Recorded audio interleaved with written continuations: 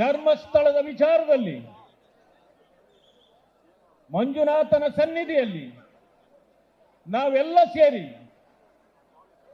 ಒಂದು ವಿಚಾರ ನಮಗೆ ಗೊತ್ತಿರತಕ್ಕಂಥದ್ದು, ಧರ್ಮ ರಕ್ಷಿಪನ ಧರ್ಮ ರಕ್ಷಿಪದು, ಧರ್ಮ ರಕ್ಷಿಪನ ಧರ್ಮ ರಕ್ಷಿಪದು ಎಂಬ ಮಾತಿನಂತೆ ಇವತ್ತು ಧರ್ಮವನ್ನು ಕಾಪಾಡಬೇಕು, ರಕ್ಷಣೆ ಮಾಡಬೇಕು ಅನ್ನೋ ಕಾರಣಕ್ಕೆ ನಾವೆಲ್ಲರೂ ಕೂಡಿ ಇಲ್ಲಿ ಬಂದಿದ್ದೇವೆ. ಮಾನ್ಯ ಬಂಧುಗಳೇ, ರಾಜ್ಯದಲ್ಲಿ ಆಡಳಿತದಲ್ಲಿ ಇರತಕ್ಕಂಥ ಸರ್ಕಾರ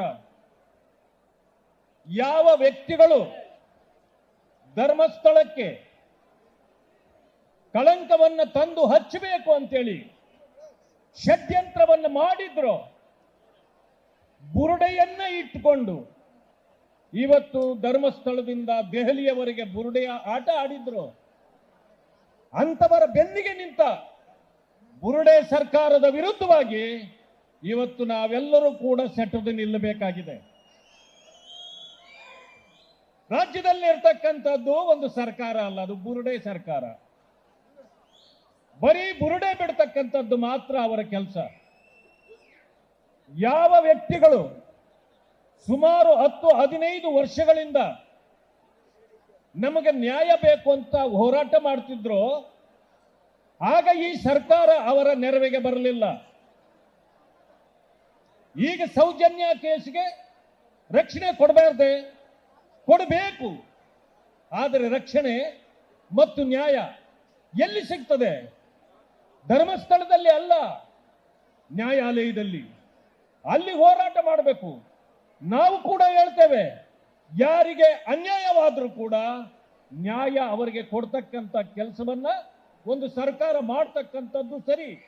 ಆದರೆ ನೀವು ಬುರುಡೆ ಗ್ಯಾಂಗ್ನ ಜೊತೆಯಲ್ಲಿ ಸೇರಿ ಜನರಿಗೂ ಕೂಡ ಬುರುಡೆ ಬಿಡ್ತಕ್ಕಂಥ ಕೆಲಸವನ್ನ ಮಾಡಿ ಇವತ್ತು ಧರ್ಮಸ್ಥಳಕ್ಕೆ ಮಂಜುನಾಥನಿಗೆ ಕಳಂಕ ತರ್ತಕ್ಕಂಥ ಕೆಲಸ ಮಾಡಿದ್ದೀರಿ.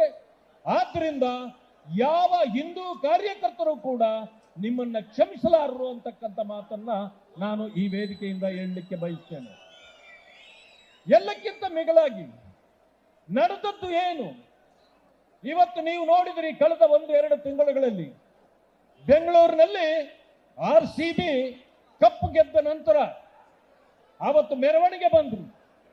ಅಚಾತುರ್ಯದಿಂದ, ಕಾಂಗ್ರೆಸ್ ಸರ್ಕಾರ ಮಾಡಿದ ಅಚಾತುರ್ಯದಿಂದ 11 ಜನ ಜೀವ ತೆಗೆದುಕೊಂಡ್ರು.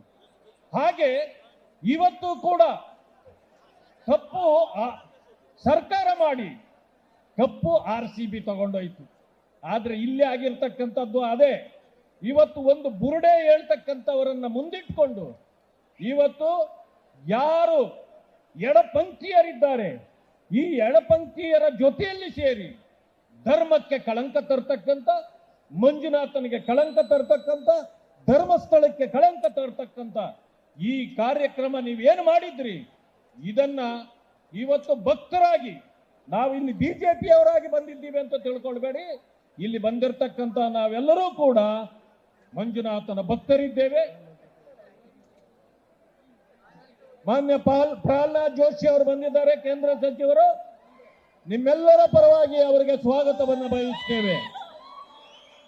ಆ ಕಾರಣದಿಂದ ಮಾನ್ಯ ಬಂಧುಗಳೇ, ಈ ಸರ್ಕಾರ ಮಾಡ್ತಾ ಇರತಕ್ಕಂಥ ಅಚಾತುರ್ಯಗಳು, ಅನಾಚಾರಗಳನ್ನ ನಾವೆಲ್ಲರೂ ಕೂಡ ಇವತ್ತು ರಾಜ್ಯದಲ್ಲಿ ಪ್ರತಿಯೊಬ್ಬರಿಗೂ ಮುಟ್ಟಿಸಬೇಕಾಗಿದೆ. ಇವರ ಮಾಡ್ತಾ ಇರತಕ್ಕಂಥ ಅನಾಚಾರ ಇವತ್ತು ನಾವು ಯಾರೂ ಸಹಿಸಲಿಕ್ಕೆ ಸಾಧ್ಯವಿಲ್ಲ. ನಾವೆಲ್ಲರೂ ಸೇರಿ, ಏನು ಭಕ್ತಾದಿಗಳು ತಾವೆಲ್ಲರೂ ಬಂದಿದ್ದೀರಿ, ನಿಮ್ಮ ಜೊತೆಯಲ್ಲಿ ನಾವು, ನಮ್ಮ ಜೊತೆಯಲ್ಲಿ ನೀವು, ನಾವೆಲ್ಲರೂ ಸೇರೋಣ, ಧರ್ಮವನ್ನ ಗಟ್ಟಿಗೊಳಿಸ್ತಕ್ಕಂಥ ಕೆಲಸವನ್ನ ಮಾಡೋಣ ಅಂತ ಹೇಳಿ ಎಲ್ಲರಿಗೂ ವಂದಿಸಿ ನನ್ನ ಮಾತುಗಳನ್ನು ಮುಕ್ತಾಯ ಮಾಡ್ತೇನೆ.